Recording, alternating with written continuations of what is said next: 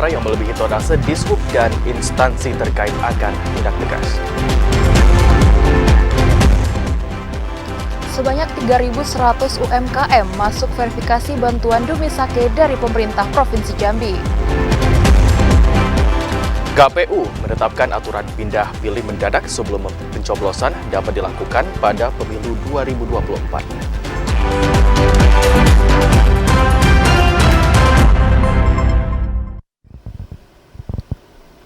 Assalamualaikum warahmatullahi wabarakatuh. Saudara Anda menyaksikan Jambi hari ini edisi Senin 31 Juli 2023. Selain 3 topik utama tadi, tim redaksi kami juga telah menyiapkan sejumlah informasi penting dan menarik lainnya untuk Anda. Bersama saya Anastasia Laga. Dan saya Habib Wijaya, inilah Jambi hari ini selengkapnya.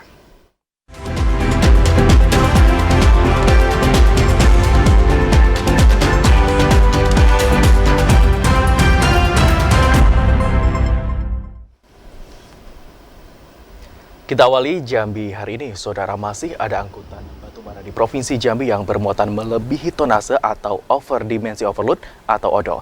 Dinas Perhubungan Provinsi Jambi akan bertindak tegas dan memotong bak truk batubara yang masih membawa muatan melebihi tonase.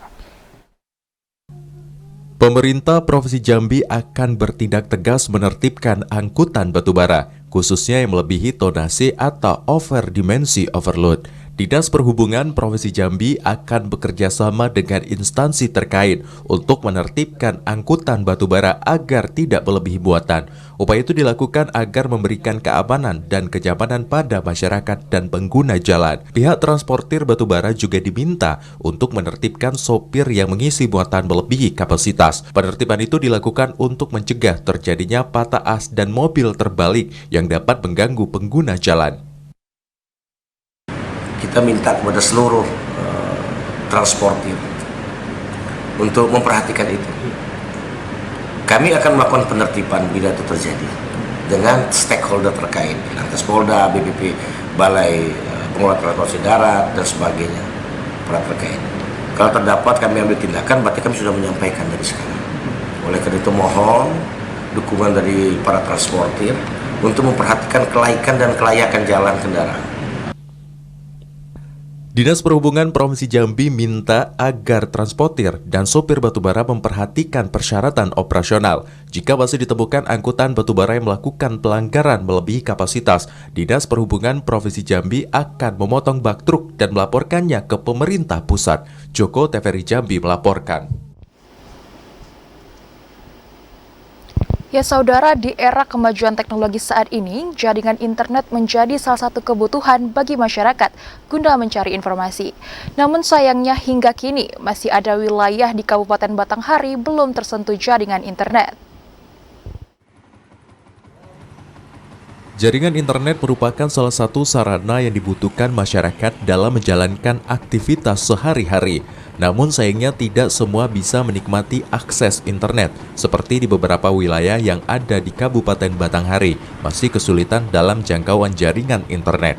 Kepala Bidang Teknologi Informasi dan Komunikasi Diskominfo Batanghari, Boni Bonanza mengatakan, dari 328 titik data jaringan internet, terdapat 195 lokasi yang memiliki sinyal kuat, 104 lokasi dalam keadaan sinyal lemah, serta 29 lokasi masih belum terjangkau jaringan internet atau blind spot. Untuk lokasi blind spot terdapat di wilayah pelosok yang ada di 7 kecamatan. Kondisi ini pun cukup mengganggu kegiatan pendidikan serta pekerjaan pemerintah desa dalam penggunaan aplikasi bersifat internet. Pemerintah kabupaten pun telah melakukan upaya mengajukan pemasangan tower provider di beberapa desa, serta mengusulkan bantuan pembangunan tower jaringan kepada pemerintah Provinsi Jambi. Adi Juniawan, TVRI Jambi melaporkan. Tim verifikator program bantuan Dumisake pemerintah Provinsi Jambi masih memverifikasi data penerima bantuan. Ditargetkan akhir September 2023, 3.100 UMKM telah terverifikasi sebagai penerima bantuan. Program 2 miliar 1 kecamatan atau Dumisake merupakan bantuan usaha kecil, mikro, dan menengah. Pemerintah Provinsi Jambi dalam melakukan percepatan dan pemerataan pembangunan. Program Dumisake telah dimulai sejak tahun 2022. pada tahun ini bantuan program Dumisake akan diberikan kepada 3.100 UMKM dengan jumlah anggaran 20 miliar rupiah. Kadis Koperasi dan UMKM Provinsi Jambi, Sardaini mengatakan bantuan usaha disiapkan untuk 3 kategori penerima, yaitu kaum ibu-ibu, milenial, dan pelaku UMKM pemula.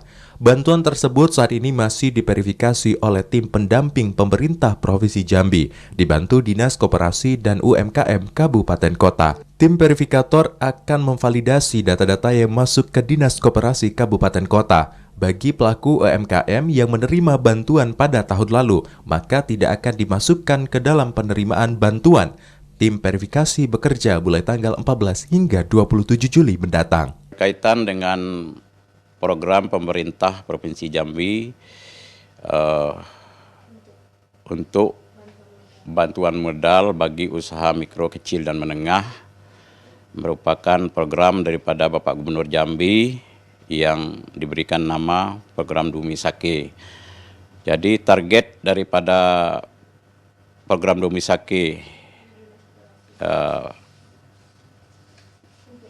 untuk Dinas Koperasi UMKM Provinsi Jambi selama kepemimpinan Bapak Gubernur itu berjumlah 4.500 UMKM. Saat ini tim verifikator telah memverifikasi 80% lebih data yang masuk. Selanjutnya akan diserahkan kepada Kepala Dinas Koperasi UMKM Kabupaten Kota masing-masing. Kepala Dinas Koperasi UMKM Kota Jambi, Komari, mengatakan masih menunggu tim verifikator selesai memverifikasi dan berharap seluruh tim dapat bekerja sesuai juknis yang diberikan oleh pemerintah Provinsi Jambi. Jumlah bantuan Dumisake untuk UMKM di Kota Jambi mencapai 208 UMKM, baik yang mendaftar melalui online dan menyerahkan proposal langsung ke Dinas Koperasi UMKM Kota Jambi. Mardo Junaidi, Iwan TVRI Jambi melaporkan. Ya saudara, dan Rem 042 Garuda Putih Jambi mengajak seluruh insan pers untuk memberikan informasi membangun masyarakat. Informasi itu diharapkan dapat membangun dan memajukan Indonesia. Korem 042 Garuda Putih menggelar silaturahmi dengan sejumlah insan pers dan organisasi media Provinsi Jambi. Kegiatan yang digelar di Makorem 042 Garuda Putih Jambi pada Senin siang ini dilaksanakan untuk meningkatkan kembali keakraban antara anggota Korem dan insan pers di Provinsi Jambi. Dan Rem 042 Garuda Putih, Brigadir Jenderal TNI Supriyono mengatakan kegiatan ini diharapkan dapat mempererat kekompakan antara anggota Korem dan pers. Brigadir Jenderal TNI Supriyono mengajak seluruh insan media untuk membantu menjaga keamanan dan kenyamanan masyarakat dengan memberikan informasi yang membangun dan menginspirasi. Tentu ini adalah suatu tradisi yang selalu kita bangun untuk kita saling bisa komunikasi dua arah secara positif, dan kemudian kita bisa saling semakin meningkatkan kedekatan untuk berbicara hati ke hati, sehingga pemberitaan kita semakin berkualitas dan mengantarkan pesan kepada masyarakat supaya dapat jadi edukasi yang baik, sekaligus juga menjadikan satu sarana kita untuk bisa saling menjaga kondusivitas, karena kita semua adalah satu kemitraan yang tidak bisa saling terpisahkan. Di peran dari Korem dan para jajaran wartawan adalah kemitra yang sangat dekat, yang saling membutuhkan. Kami juga sangat membutuhkan dari rekan-rekan sekalian dalam memberikan edukasi, kemudian asupan informasi dan juga korektif. Pada tahun politik dan menjelang pemilihan umum tahun 2024, dan Rem juga mengajak seluruh insan pers untuk menjaga netralitas. Korem 042 Garuda Putih Jambi akan memberikan ruang informasi seluruh kegiatan Korem 042 Garuda Putih untuk memajukan dan menjaga persatuan Indonesia. Asar TVRI Jambi melaporkan. Pemerintah Kabupaten Batanghari tengah berupaya melakukan peningkatan pembangunan secara merata. Namun hal ini belum sepenuhnya menghilangkan kawasan kumuh yang ada di daerah tersebut. Upaya pemerataan pembangunan saat ini masih dimaksimalkan oleh pemerintah Kabupaten Batanghari, salah satunya dengan menekan kawasan kumuh di daerah tersebut. Karena hasil pendataan yang dilakukan pemerintah, masih terdapat 2 wilayah kecamatan yang memiliki kawasan kumuh, yaitu di Kecamatan Muara Bulian dan Muara Tembesi. Kepala Dinas Perumahan dan Pemukiman Batanghari Abdul Somad mengatakan sejauh ini pihaknya baru dapat melakukan penanganan terhadap kawasan kumuh yang ada di Muara Bulian dengan merelokasi 30 kepala keluarga ke kawasan lebih baik atau bebas kumuh.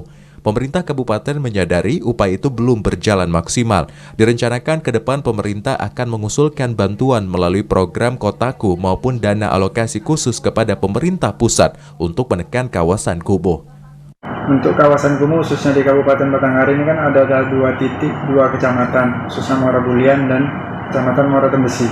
Mungkin relokasi, dan itu sudah kita upayakan dengan koordinasi dengan kawan balai, dan alhamdulillah sudah terrealisasi 30 unit rumah. Berdasarkan pendataan pemerintah kabupaten, kawasan kumuh di Kabupaten Batanghari mayoritas berada di pinggir Sungai Batanghari dengan kondisi kebersihan lingkungan yang kurang baik. Adi Judiawan, TVRI Jambi melaporkan.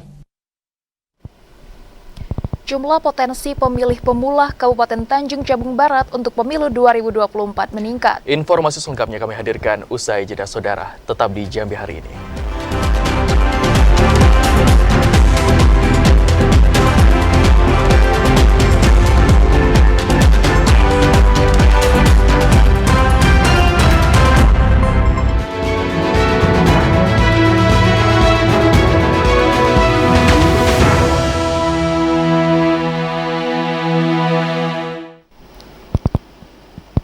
Ya saudara, Anda masih bersama kami dalam Jambi hari ini dalam segmen Menuju Pemilu. Jumlah pemilih pemula di Kabupaten Tanjung Jabung Barat sebanyak 47.289 pemilih dari jumlah DPT 234.583 yang telah ditetapkan KPU. Sementara itu, jumlah pemilih pemula terbanyak berada di wilayah Kecamatan Tungkal Ilir, Kota Kuala Tungkal. KPU Tanjung Jabung Barat telah menetapkan jumlah daftar pemilih tetap sebanyak 234.583. Dari jumlah DPT tersebut ada 47.289 pemilih pemula. Divisi Perencanaan Data dan Informasi Kabupaten Tanjung Jabung Barat, M. Ilyas mengatakan, dari DPT yang ditetapkan terdapat pemilih pemula dengan jumlah cukup besar. Jika dibandingkan Pilkada 2020 lalu, rata-rata pemilih pemula baru memasuki usia 17 tahun dan baru memiliki KTP elektronik dan memiliki hak suara pada pemilu 2024. Dari rekapitulasi KPU, jumlah pemilih pemula ada 47.289 dengan rincian pemilih pemula laki-laki sebanyak 24.152 dan perempuan 23.137. Pemilih pemula terbanyak berada di Kecamatan Tungkal Ilir mencapai 10.851. Sementara untuk pemilih pemula terkecil berada di Kecamatan Seberang Kota yang hanya 1.253 pemilih. Sedangkan untuk jumlah TPS di Kabupaten Tanjung Jabung Barat sebanyak 1.020 TPS yang tersebar di 13 kecamatan. Pasca menyelesaikan daftar pemilih tetap, KPU tengah menunggu daftar pemilih tetap tambahan atau DPTB. DPTB yang dimaksud ialah masyarakat yang berpindah milih. Untuk DPTB ini cukup panjang waktunya, yakni hingga seminggu jelang pemilu 2024. Didi Haryadi, TVRI Jambi melaporkan. Ya, saudara, pemilu serentak tahun 2024 semakin dekat. Bagi pemilih yang mendadak pindah milih pada hari pencoblosan nanti diperbolehkan untuk pindah milih dengan ketentuan yang telah ditetapkan KPU. Komisi Pemilihan Umum memperbolehkan bagi pemilih untuk pindah milih pada saat hari pencoblosan nanti, namun dengan ketentuan yang telah ditetapkan KPU. Di antaranya, pemilih yang keluar kota karena tugas kerja saat hari pemilihan.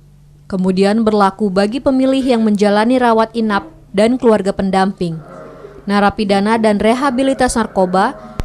Selanjutnya mahasiswa yang tidak bisa pulang kampung pada 14 Februari 2024. Pindah milih juga berlaku bagi pemilih yang tertimpa bencana alam. Pihak KPU memberikan kemudahan bagi penyandang disabilitas yang berada di panti sosial di luar domisili asli. Langkah untuk pindah milih tidak rumit. Bagi masyarakat yang telah ditetapkan dalam daftar pemilih tetap, cukup melapor kepada panitia pemungutan suara. PPS akan menghapus nama di domisili asal dan mengkonfirmasi kepindahan kepada petugas PPS yang menjadi tujuan pemilih pada hari pencoblosan nanti.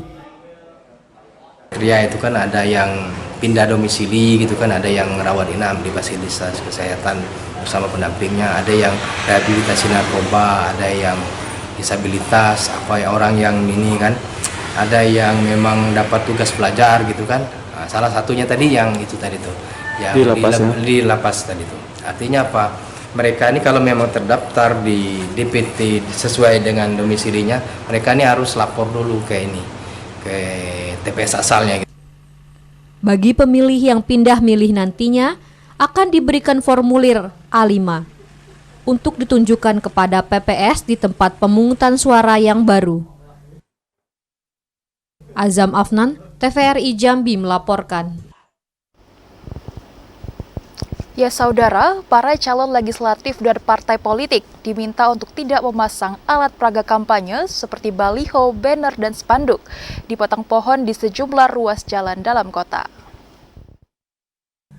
Meski saat ini belum masuk dalam tahap masa kampanye, namun sejumlah alat peraga kampanye sudah terpampang di sejumlah titik, bahkan pemasangan di batang pohon. Kondisi ini membuat pemandangan menjadi tidak nyaman. Kepala Kantor Kesatuan Politik dan Bangsa Kabupaten Sarolangun, Hudri, mengatakan fenomena banyaknya alat peraga kampanye dari beberapa calon sangat disesalkan. Apalagi pemasangan alat sosialisasi tersebut sengaja dilakukan oleh oknum bakal calon legislatif dengan cara memaku baliho ke pohon kayu. Pihaknya meminta dan mengingatkan kepada masing-masing partai politik untuk memberikan pemahaman kepada bacalek untuk tidak memasang alat sosialisasi sebelum masuk tahap kampanye, karena pemasangan tersebut merusak etika, estetika, keindahan, dan kebersihan lingkungan dan kota. Namun menyikapi itu semua sebenarnya juga itu sudah ada rambu-rambu, yaitu dari KPU pusat sampai ke provinsi, kabupaten, kota. Tentu kita sangat berharap dan mengimbau kepada seluruh para kandidat ya tentu tidak melakukan itu. Nah, kenapa? Pada hakikatnya kan ya kalau di pohon atau di tempat-tempat yang sudah dilarang secara aturan itu tentu nanti di samping dapat memunculkan persoalan baru, di sisi lain juga merusak tata kelola atau pemandangan. Bagi bacalek yang telah memasang baliho dan lainnya, diharapkan untuk mencabut dan membersihkan dari pohon dan jalan yang berada di ruas jalan kota, karena melanggar Undang-Undang Nomor 7 Tahun 2017 tentang Pemilihan Umum dan Peraturan Daerah. Edi Kusnadi, TVRI Jambi melaporkan. Gubernur Al-Haris tanggapi dinamika politik jelang pemilu dan pilkada serentak 2024. Al-Haris memastikan dirinya masih fokus bekerja dengan baik menjalankan roda pemerintah Provinsi Jambi. Gubernur Jambi Al-Haris menanggapi dinamika politik yang terjadi di Provinsi Jambi, khususnya jelang pemilu dan pilkada serentak tahun 2024. Al-Haris mengklaim saat ini dirinya belum memikirkan tentang politik, baik dukungan parpol hingga elektabilitas yang dikeluarkan oleh berbagai lembaga survei. Al-Haris memastikan dirinya masih fokus untuk bekerja dengan baik, menjalankan roda pemerintah Provinsi Jambi, menyelesaikan berbagai persoalan maupun tugas-tugas penting sebagai kepala daerah masih menjadi fokus utama yang harus dikerjakan. Memastikan penyelesaian jalur khusus batubara dan berbagai proyek strategis pemerintah hingga mendorong percepatan pembangunan daerah dan menjadi PR utama yang akan dikerjakan. Al-Haris menekankan pemerintah Provinsi Jambi akan berupaya maksimal untuk memastikan tahapan penyelenggaraan pemilu dan pilkada serentak agar berlangsung aman dan lancar. Gubernur harus bagaimana memastikan bahwa yang pertama rakyat Jambi ikut memilih, ya hak suaranya harus disalurkan. Yang kedua, pastikan bahwa Jambi kondisinya aman, kondusif, tidak ada masalah ya yang berarti. Yang ketiga, bahwa ekonomi Jambi pasca Covid juga mesti meningkat, ya meningkat terus sehingga pertumbuhan ekonomi kita baik, kemiskinan bisa menurun, pengangguran juga bisa menurun. Itu harapan saya. Itu aja intinya. Al-Haris berharap berbagai upaya yang dilakukan pemerintah Provinsi Jambi untuk mendorong percepatan pembangunan itu mampu meningkatkan kesejahteraan masyarakat. Randy Arta, TVRI Jambi melaporkan. Ya saudara, dalam rangka menjadi tuan rumah yang baik, pemerintah Provinsi Jambi secara resmi menyambut kedatangan Presiden PKS Ahmad Syaiqo. Pemerintah Provinsi Jambi menyambut kedatangan Presiden Partai Keadilan Sejahtera Ahmad Saiku ke Provinsi Jambi. Gubernur mengatakan pemerintah provinsi berusaha menjadi tuan rumah yang baik terhadap sebuah tamu yang datang. Apalagi PKS merupakan salah satu partai politik di Indonesia yang berkontribusi dalam pembangunan bangsa maupun daerah. Menyambut pejabat-pejabat negara, tokoh-tokoh nasional hingga tokoh-tokoh partai politik merupakan agenda biasa yang dilakukan pemerintah. Gubernur menekankan penyambutan Presiden PKS juga merupakan tindak lanjut dari surat resmi yang disampaikan partai tersebut. Menyambut tamu-tamu dari mulai tokoh-tokoh partai politik, tokoh-tokoh agama, juga para pejabat kan. Nah, jadi Partai PKS adalah salah satu partai politik Indonesia yang juga berkontribusi untuk bangsa kita. Nah, sehubung dengan kunjungan kerja Presiden ke Jambi dan beliau hadir dan memang ada surat ke kita. Nah, kita menyambut di sini di rumah dinas gubernur, kita ajak makan siang sama-sama. Dan saya juga adalah gubernur yang diusul oleh Partai PKS tentunya. Tentu ini bagian daripada hubungan baik saya dengan Partai PKS. Baik itu di DPR, saya kira juga ini hubungan baik selama ini. Ya. Jadi tuan rumah yang baik berarti, Pak? Oh iya dong. Gubernur Jambi Al-Haris menyampaikan penyambutan yang dilakukan pemerintah dilakukan untuk menjaga hubungan baik antar seluruh partai-partai politik di tanah air dalam mendukung percepatan pemajuan daerah. Redi Arta, TVRI Jambi melaporkan. Partai Keadilan Sejahtera atau PKS Provinsi Jambi mulai melakukan konsolidasi pemenangan pemilu 2024. Presiden PKS Ahmad Saiku meminta seluruh kader RI daerah solid untuk memenangkan Anies Baswedan menjadi Presiden Republik Indonesia. Presiden Partai Keadilan Sejahtera PKS Ahmad Saiku minta seluruh kader untuk solid memenangkan Anies Baswedan menjadi Presiden di Pilpres 2024. Para kader harus berkolaborasi dan semaksimal mungkin meraih suara terbajak. Hal itu dikatakan Presiden PKS Ahmad Saiku saat konsolidasi pemenang pemilu 2024 di kantor DPD PKS Provinsi Jambi Minggu kemarin. Provinsi Jambi akan menjadi prioritas basis suara terbanyak untuk pemenangan Anies Baswedan. Diharapkan seluruh kader tetap solid dan tidak terpecah belah dalam menghadapi pemilu 2024. Ahmad Saiku juga menekankan kepada seluruh kader untuk berjuang meraih hasil maksimal untuk memenangkan Anies Baswedan di Pilpres 2024. Solid untuk menyongsong tahun pemenangan di 2024. Memenangkan PKS sebagai partai dan memenangkan Anies Rashid Baswedan sebagai presiden. Ya. Itu yang kita harapkan. Mungkin pesan-pesan untuk relawan di Jambi itu seperti apa, Pak? Ya, pesan pada kader, simpatisan, dan relawan adalah pertama, mari kita sama-sama berkolaborasi untuk menuju pada pemenangan. Ya, dengan melakukan ikhtiar bersama, ya, membangun seluruh elemen anak-anak bangsa, kemudian memberdayakan mereka, dan terus bersilaturahim. Ahmad Saiku berharap konsolidasi ini dapat memperluas dan mengokohkan basis suara di kabupaten kota dalam wilayah Provinsi Jambi. Joko Mardon, TVRI Jambi melaporkan.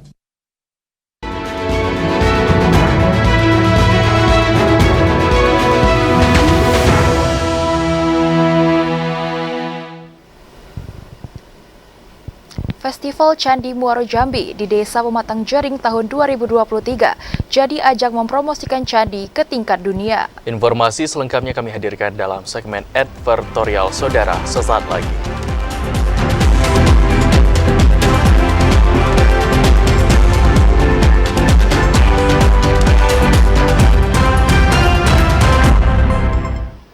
Ya saudara, Anda masih bersama kami dalam Jambi hari ini dalam segmen Advertorial.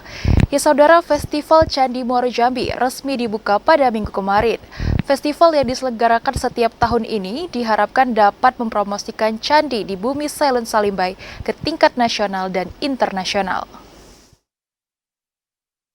Festival Candi pada tahun ini digelar di Desa Pematang Jering, Kecamatan Jambi, luar kota Muaro Jambi. Festival yang bertujuan untuk mempromosikan seluruh candi di Muaro Jambi itu dihadiri oleh Gubernur Jambi Al-Haris.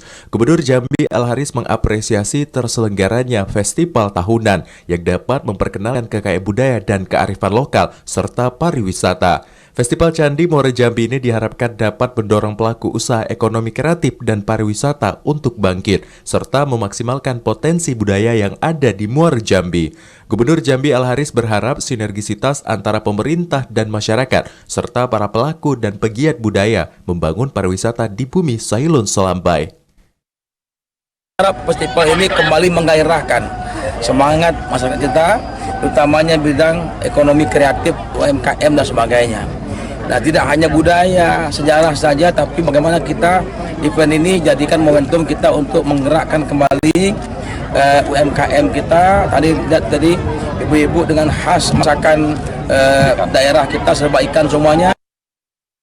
Pejabat Bupati Muaro Jambi, Bahyuni Deliansyah mengatakan seluruh candi di Muaro Jambi termasuk Candi Pematang Jering merupakan bagian dari peradaban dan sejarah panjang kompleks kawasan cagar budaya nasional Candi Muaro Jambi. Bahyuni Deliansyah berharap Kemendikbudristek dan Kemenparekraf dapat mendorong percepatan pemugaran dan rekonstruksi terhadap candi yang tersebar di Kabupaten Muaro Jambi. Di Desa Pematang Jering dalam rangka memperkenalkan, mempromosikan candi yang ada di Desa Pematang Jering. Harapannya nanti ketika ini sudah dipromosikan, pemerintah pusat, pemerintah provinsi, sama pemerintah kabupaten sama-sama untuk bisa membangun, memperkenalkan pariwisata yang ada di kabupaten. Usai kegiatan, Gubernur Jambi bersama PJ Bupati dan rombongan melepas bibit ikan di danau dalam kawasan cagar budaya Candi Pematang Jering, meninjau stand dan mencicipi masakan kuliner khas Muaro Jambi yang telah disediakan oleh OPD di lingkup pemerintah Kabupaten Muaro Jambi. Azam Afdan, TVRI Jambi melaporkan.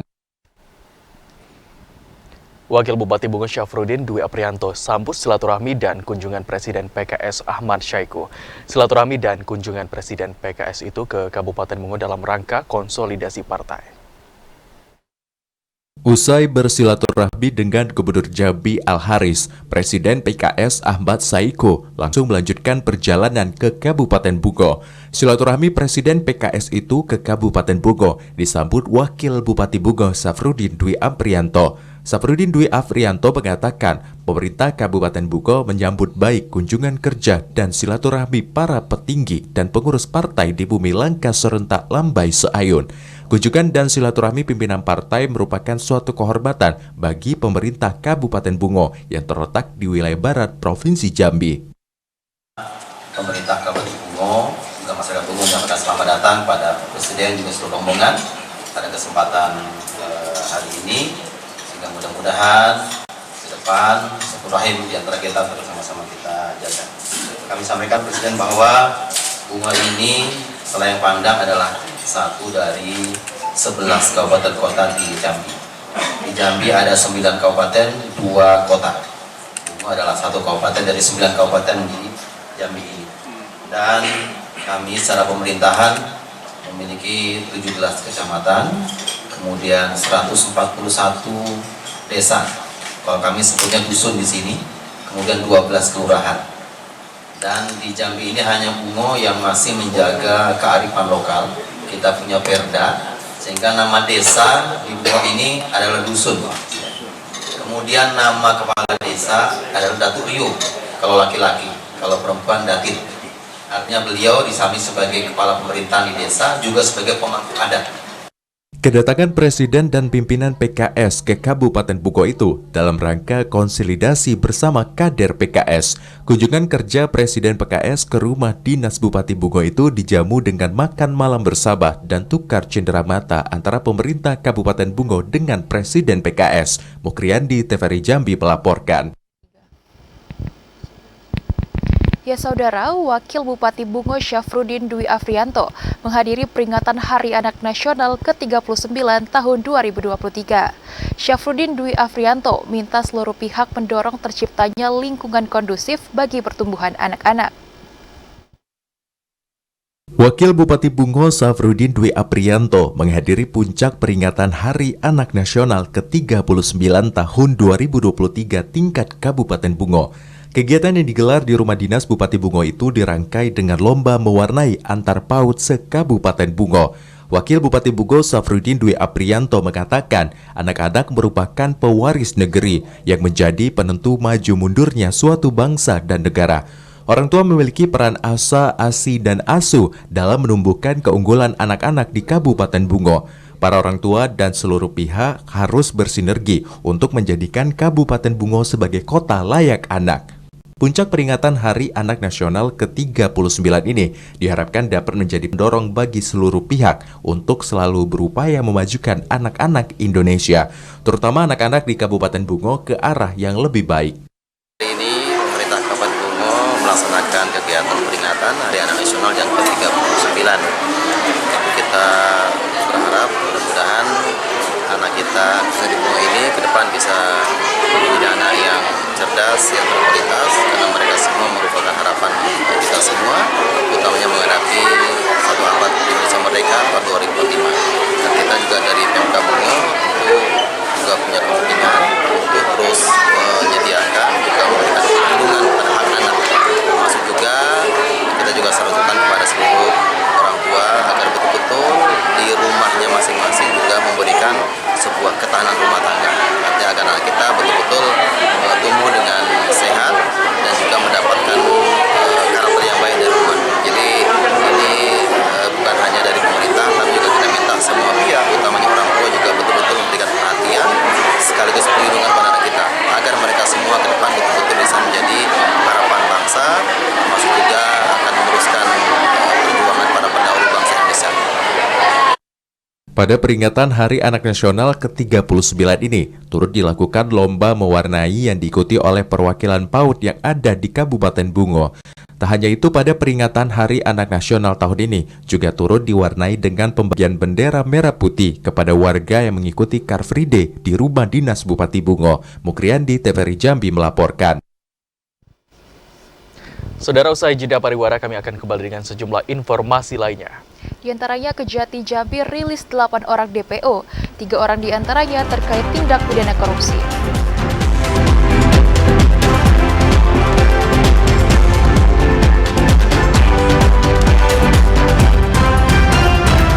Labbaik Allahumma labbaik, labbaik la sharika laka labbaik, innal hamda wan ni'mata laka wal mulk la sharika lak. Saudara, Anda menyaksikan Jambi hari ini dalam segmen Liputan Haji 2023. Sebagai bentuk santunan atas wafatnya jemaah saat melaksanakan ibadah haji, 12 ahli waris jemaah haji Provinsi Jambi yang meninggal dunia pada musim haji 1444 Hijriah akan segera menerima asuransi dari Kementerian Agama. 12 ahli waris jemaah haji Provinsi Jambi yang dinyatakan meninggal dunia pada penyelenggaraan musim haji 1444 Hijriah akan segera menerima asuransi dari Kementerian Agama Republik Indonesia. Kepala Kantor Wilayah Kementerian Agama Provinsi Jambi, Zostavia, mengatakan asuransi ini diberikan kepada ahli waris sebagai bentuk santunan atas wafatnya jemaah haji saat melaksanakan ibadah haji. Pencairan asuransi akan dilakukan melalui transfer ke rekening penerima setelah operasional penyelenggaraan haji tahun 2023 dinyatakan selesai. Pendataan sertifikat kematian yang dikeluarkan oleh Kantor Kesehatan Haji Indonesia di Arab Saudi menjadi syarat utama pencairan yang membuktikan bahwa jemaah tersebut dinyatakan meninggal dunia. Hingga hampir selesainya proses pemulangan jemaah haji Indonesia, verifikasi untuk 12 jemaah haji Provinsi Jambi yang meninggal sudah dinyatakan selesai. Kanwil Kemenak Provinsi Jambi akan mendampingi pengurusan pencairan asuransi agar seluruh ahli waris mendapatkan haknya. Insyaallah kita urus nanti, dan ini proses administrasinya nanti langsung ke pusat. Kita kan sudah menerima semua laporan, kemudian secara administratif sudah diserahkan oleh masing-masing ketua kloter kepada kita, dan insya Allah nanti akan diberikan asuransinya. Berdasarkan kebijakan yang dikeluarkan Kementerian Agama, setiap jemaah haji yang wafat di Tanah Suci akan mendapatkan biaya asuransi dengan ketentuan 1 kali biaya pendaftaran dan biaya pelunasan, yakni senilai lebih kurang 47 juta rupiah. Randy Arta, TVRI Jambi melaporkan. Labbaik Allahumma labbaik, labbaik la syarika laka labbaik. Innal hamda wan ni'mata laka wal mulk la syarika lak. Beralih ke sorotan lainnya, Saudara, Kejaksaan Tinggi Jambi mengejar 8 orang terpidana buron. Dari 8 DPO tersebut, 3 diantaranya merupakan terpidana kasus tindak pidana korupsi. Kejaksaan Tinggi Jambi merilis 8 orang tersangka daftar pencarian orang atau DPO. Daftar pencarian orang tersebut meliputi kasus tindak pidana korupsi dan kasus tindak pidana umum. Para tersangka diantaranya Sagam Prapat kasus penipuan, Asril bin Hening kasus penipuan, Dadang Saputra kasus perlindungan anak, Edo bin Darta kasus korupsi jalan desa di Bugo, Joni Rusman kasus korupsi di Disdikpora Sarolagun, Sulfikar bin Adnan kasus minerba tanpa izin, Leo Darwin anak dari Leo Chandra dalam kasus korupsi gagal bayar medium Ternot Bank Jambi tahun 2017-2018, dan F. Dayani binti Buyung Jamek dalam kasus penggelapan dalam jabatan. Semester ini, yaitu sampai bulan Juli, kita sudah menangkap 3 orang buronan. Ada 3 orang buronan yang sudah kita tangkap dari 11 orang. Jadi di semester ini sudah 3 orang dan tersisa ada 8 orang lagi DPO. Dan insya Allah Pak Asinda beserta jajaran kerjasama juga di bidang intelijen di Jaksa Agung. Terus kita untuk mencari dan sekaligus menangkap buronan. Saat ini tim tabur tetap melakukan pemantauan terhadap para buronan. Apabila masyarakat mengetahui keberadaannya, dapat menghubungi Kejaksaan Negeri seluruh Indonesia. Ashar, TVRI Jambi melaporkan. Seorang residivis sekaligus kurir dan pengedar narkoba ditangkap tim Subdit 3 Ditres Narkoba Polda Jambi. Sekitar 9 ons sabu disita polisi. Tim Subdit 3 Ditres Narkoba Polda Jambi menggerebek salah satu rumah di Kedali Asam Bawah, Kecamatan Kota Baru, Kota Jambi. Dari penggerebekan itu, seorang pria berinisial SD diamankan polisi. Polisi juga menyita sabu kurang lebih 9 ons, timbangan dan sejumlah plastik bungkus sabu. Dari hasil pemeriksaan, pelaku sudah mengedarkan 1 kg sabu sebelum ditangkap polisi. Barang haram itu diperoleh pelaku dari seorang bandar di wilayah luar Provinsi Jambi. Pelaku yang ditangkap polisi itu juga merupakan residivis dengan kasus yang sama dan telah 4 kali mendekam di lapas. Kurir dan pengedar, dia sudah melakukan yang pertama sudah habis 1 kg. Ini kita bisa mengamankan lebih kurang 1 kg, dan ini sudah yang keempat kali ya keluar masuk LP. Sudah keempat kali. Ada yang diedarkan di Jambi, ada juga yang keluar kota Jambi. Untuk proses penyelidikan, pelaku ditahan di Rutan Polda Jambi. Pelaku dijerat Undang-Undang Nomor 35 Tahun 2009 tentang tindak pidana narkoba dengan ancaman kurungan penjara hingga seumur hidup. Ari Haryodo, TVRI Jambi melaporkan. Selanjutnya, Saudara, harga sejumlah bahan pokok di Pasar Orduri Kota Jambi mulai turun. Salah satunya harga daging ayam potong. Saat ini harga daging ayam potong dijual hanya Rp26.000 per kilogram. Dari harga sebelumnya mencapai Rp32.000 per kilogram. Sejumlah harga bahan pokok di Pasar Orduri Kota Jambi mulai turun. Penurunan harga itu disebabkan melimpahnya pasokan bahan pokok di tingkat agen. Selain harga cabai merah, penurunan harga juga terjadi pada ayam potong. Saat ini harga daging ayam potong dijual hanya Rp26.000 per kilogram, dari harga sebelumnya mencapai Rp32.000 per kilogram. Penurunan harga daging ayam yang terjadi sejak 3 hari terakhir telah memberikan dampak positif bagi pedagang daging ayam. Tak hanya daging ayam potong, penurunan harga juga terjadi pada cabai rawit. Sebelumnya harga cabai rawit mencapai Rp45.000 per kilogram, namun saat ini hanya Rp40.000 per kilogram. Turun nih ya? Ya, alhamdulillah sudah murah. Berapa turunnya yuk? Pokoknya 3 hari berturut 1.000. Oh, kalau sebelumnya berapa yuk? Sebelumnya 32, 35. Sebabnya turun ini kenapa yuk? Banyak stok atau gimana? Banyak stok. Banyak stok ya. Kalau sebelumnya kurang ya? Ya. Oh, mungkin dengan turunnya harga ayam ini gimana Bu? Berdampak tidak dengan kita? Alhamdulillah, tidak berdampak. Berbeda dari harga daging ayam potong dan cabai rawit, harga cabai merah saat ini masih stabil di harga Rp30.000 per kilogram. Joko TVRI Jambi melaporkan. Pemerintah Provinsi Jambi menjamin hingga 1 minggu ke depan ketersediaan pangan pokok melimpah. Meski terdapat perubahan iklim, hal itu tidak berpengaruh pada jumlah pasokan bahan pokok bagi masyarakat.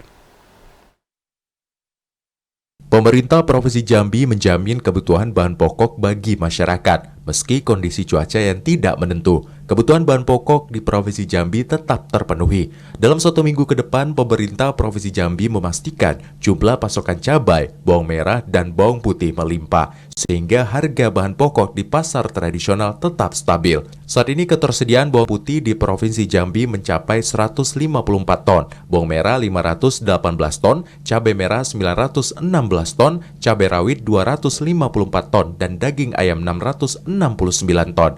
Masyarakat tidak perlu panik dengan kebutuhan bahan pokok. Pasalnya, pemerintah Provinsi Jambi akan terus mengupayakan ketersediaan bahan pokok agar tetap stabil. Menyiapkan segala strategi untuk menjaga ketersediaan pangan strategis yang dibutuhkan bagi masyarakat Provinsi Jambi. Salah satunya harus kita menjaga produksi. Karena kalau produksi terganggu, ini bisa mengakibatkan ketersediaan kita bisa terganggu gitu kan. Nah, sehingga kita harus bekerja sama. Dan ini semua stakeholder sudah diingatkan juga oleh Pak Gubernur kita dalam menghadapi iklim BMKG yang tidak menentu ini. Apalagi El Nino yang sedang sudah disampaikan ke seluruh. Jabal Nur memastikan pihaknya juga akan melakukan koordinasi dengan instansi terkait dan kerjasama dengan daerah surplus bahan pokok sehingga bisa didatangkan ke Jambi untuk mencukupi kebutuhan masyarakat. Joko TVRI Jambi melaporkan. Saudara, demikian Jambi hari ini. Terima kasih atas perhatian dan kebersamaan Anda. Saya Habib Wijaya. Dan saya Anastasia Laga beserta seluruh kerabat kerja yang bertugas pamit undur diri. Wassalamualaikum warahmatullahi wabarakatuh. Dan sampai jumpa.